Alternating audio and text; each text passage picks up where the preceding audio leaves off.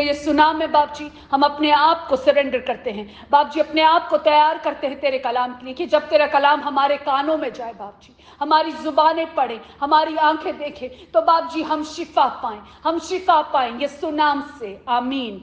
इंजील the gospel of Matthew chapter 18 verse 7। ठोकरों के सबब से दुनिया पर अफसोस है, क्योंकि ठोकरों का लगना जरूर है, लेकिन उस आदमी पर अफसोस है जिसके बाइज से ठोकर लगे, आमीन। Woe to the world because of offenses, for offenses must come, but woe to the man by whom the offense comes, amen। Verse 7 में यीशु ने गहरे अफसोस का इजहार किया है। उर्दू की बाइबल में पढ़ें तो अफसोस लिखा है, इंग्लिश में हम पढ़ें तो लिखा हुआ है वो, which means great sorrow, sadness, heartbreak. किसके ऊपर? उस इंसान पर जो किसी के लिए ठोकर का बाइस बने, उसके ऊपर गहरा अफसोस कहा गया है, क्योंकि कलाम कहता है ठोकरों का लगना जरूर है, ठोकरें तो लगेंगी, लेकिन उस आदमी पर अफसोस, उस आदमी पर अफसोस, वो ऑन दैट मैन जिसके बाइस से ठोकर लगे। और किसको ठोकर लगे? हमने इससे पहले ही वर्स में कवर किया कि बच्चे की मानद बनने का कहा, और फिर वो बच्चे, यीशु ने बोला कि वो बिलीवर्स जो हैं, जो छोटे से छोटे हैं, जो अभी नए शुरू हुए हैं, वो सारे कौन हुए? उसमें लिटिल वंस हुए, उसके छोटे लिटिल वंस हुए, those who believe in him, his little ones. कोई भी जो उनको, उनके ठोकर का बाइस बने, उनको स्टम्बल करे इनटू सिन, उन पे गहरा अफसोस। Who set temptation to sin in the path of Jesus's followers। जो भी यीशु के फॉलोअर्स को गिराने की कोशिश करे, वो छोटे से छोटे का मतलब वो जो अभी ईमान लाए हैं, जो अभी बस बोला उन्होंने कि हम ईमान लाते हैं, अभी उन्होंने वॉक भी शुरू नहीं की, अभी सिर्फ वो ईमान लाए हैं, मतलब उस तरह छोटे की बात हो रही है। जो अभी ईमान लाए, जिन्होंने अभी बपतिस्मा लिया, जो अभी चलना शुरू किए, वो सब छोटे। और फिर जब हम चलते रहते हैं तो हम उसमें ग्रो होते जाते हैं, वो हमारी रूहानी ग्रोथ होती है। अब यीशु यहाँ पे रूहानी तौर पे बात कर रहे हैं, जिस्मानी उम्र के हिसाब से नहीं, बल्कि रूहानी ग्रोथ के हिसाब से, रूहानी उम्र के हिसाब से, आमीन। Matthew chapter 26 verse 24। इब्ने आदम तो जैसा उसके हक में लिखा है जाता ही है, लेकिन उस आदमी पर अफसोस जिसके वसीले से इब्ने आदम पकड़वाया जाता है। अगर वो आदमी पैदा ना होता तो उसके लिए अच्छा होता, आमीन। यहां पर यीशु उस अफसोस का इजहार कर रहे हैं, किसके लिए? यहूदा इस्करियोती के लिए, जुडस के लिए, जो यीशु के लिए ठोकर का बाइस बना, जो यीशु के लिए ठोकर का बाइस बना। तो यहां पर यीशु क्या कहते हैं कि अफसोस जिसके वसीला से इब्ने आदम मतलब कि यीशु पकड़वाया जाता है। अगर वो आदमी पैदा ना होता तो उसके लिए अच्छा होता, आमीन।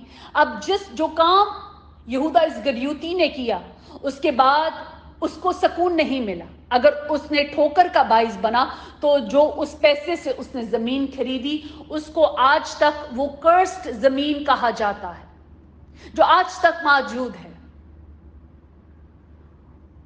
और उसके बाद वो बचा भी नहीं, बचा as in he was not alive, जिस तरह उसकी मौत हुई, जिस तरह वो मरा।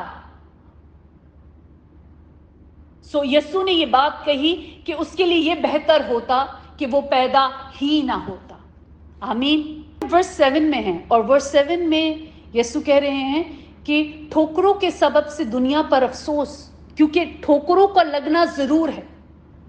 Jesus has said that the temptation in the world, in this life are necessary।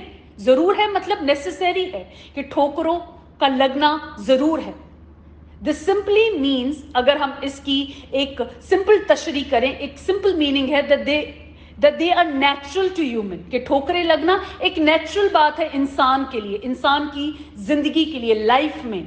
उसके लिए हम रेफरेंस में पढ़ेंगे इब्रानियों chapter 4 verse 15, क्योंकि हमारा ऐसा सरदार काहे नहीं जो हमारी कमजोरियों में हमारा हमदर्द ना हो सके, बल्कि वो सब बातों में हमारी तरह आजमाया गया तो भी बेगुनाह रहा। आमीन।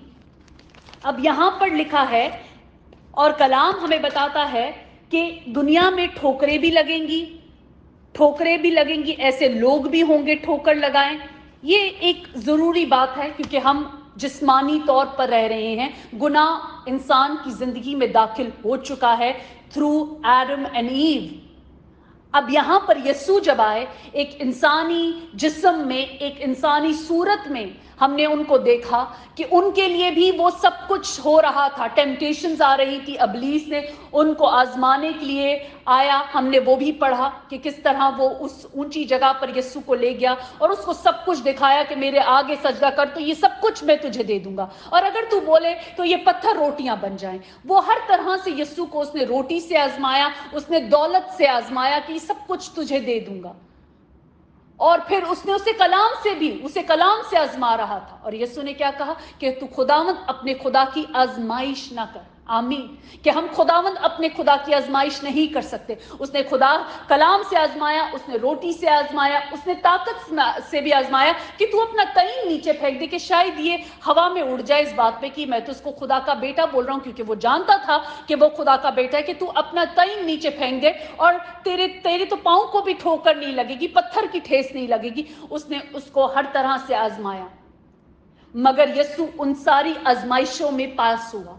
वो जिसमें था उसको भी उस वक्त भूख लग रही थी, वो भी उस वक्त उसी तरह था जैसे हम इंसान होते हुए जब हमें बहुत भूख लगती है, और अगर हमने 40 दिन कुछ ना खाया हो और आकर कोई हमें ऐसा बोले और हमारे पास ताकत हो, अगर हमारे पास अथॉरिटी हो, क्योंकि यीशु के पास थी। हम जानते हैं कि किस तरह उसने वो 5000 आदमियों को खिलाया, 4000 आदमियों को खिलाया। क्या वो अपने लिए रोटी मुहैया नहीं कर सकता था? वो कर सकता था, मगर यहां पर उसने बाप के कलाम को पूरा किया और उसने आजमाया नहीं बाप को। इस तरह ये कलाम इब्रानियों की किताब 4:15 में हमें पढ़ने में मिलता है कि हम आजमाइश ना करें। और दूसरा, जो हमारा हमदर्द है, जो हमारा यीशु है, वो जानता है इन आजमाइशों के बारे में। वो जानता है क्योंकि वो सब इनसे खुद गुजरा है, बल्कि वो सब बातों में हमारी तरह आजमाया गया तो भी बेगुनाह रहा। अगर वो आजमाया गया और बेगुनाह रहा, तो जब हम आजमाए जाते हैं तो हम भी कलाम में, अगर कलाम हमारे अंदर है, उसके अंदर क्या था? कलाम था, वो कलाम था। तो अगर आज हमारे अंदर कलाम है तो हमें मालूम है कि जब ऐसी सिचुएशन हो जहां हम आजमाए जा रहे हो, तो हमने क्या करना है? हमने इब्लीस का मुंह कलाम से बंद करना है।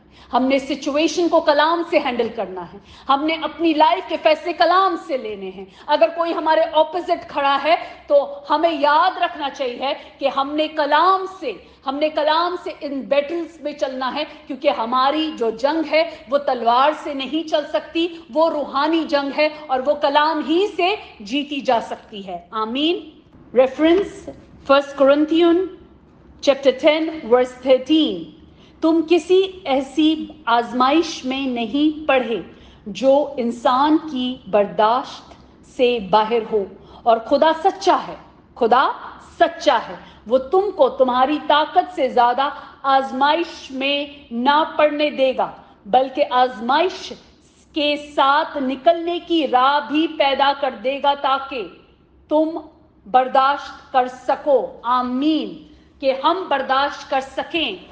पहली बात, खुदा सच्चा है तो उसका कलाम सच्चा है। आमीन। अगर कलाम में लिखा है तो बिल्कुल वैसा ही है कि वो हमारे लिए इतनी आजमाइश नहीं होती कि हम उसकी बर्दाश्त ना कर सके। उतनी ही है जितनी हम बर्दाश्त करें। कि बिल्कुल अब जैसे यीशु ने अपनी आजमाइश की बर्दाश्त की, फौरन क्या हुआ? फरिश्ते आए और उसकी खिदमत करने लगे। यहां इब्लीस गया और यहां फरिश्ते आए और उसकी खिदमत करने लगे। आमीन। सो ایک आजमाइश, ایک वक्त आएगा, उसमें हमने हैंडल किस तरह करना है, कलाम से करना है, और हमें पता भी नहीं चलेगा कि वक्त कब चला गया और वो आजमाइश खत्म हो गई और हम एक और लेवल ऊपर आ गए, मतलब हम वॉक में और आगे बढ़ गए.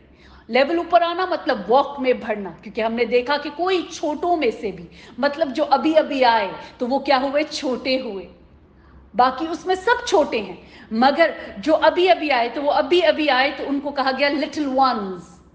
और फिर जब वो लिटिल वंस बड़े होते हैं, रूहानी तौर पे ग्रोथ होती है, ग्रोथ होती, लेवल ऊपर होना मतलब कि ग्रोथ होना, कलाम में बढ़ना, रूह में, सच्चाई में, ईमान में बढ़ना, तो हमारी क्या हो रही है, ग्रोथ हो रही है. आमीन.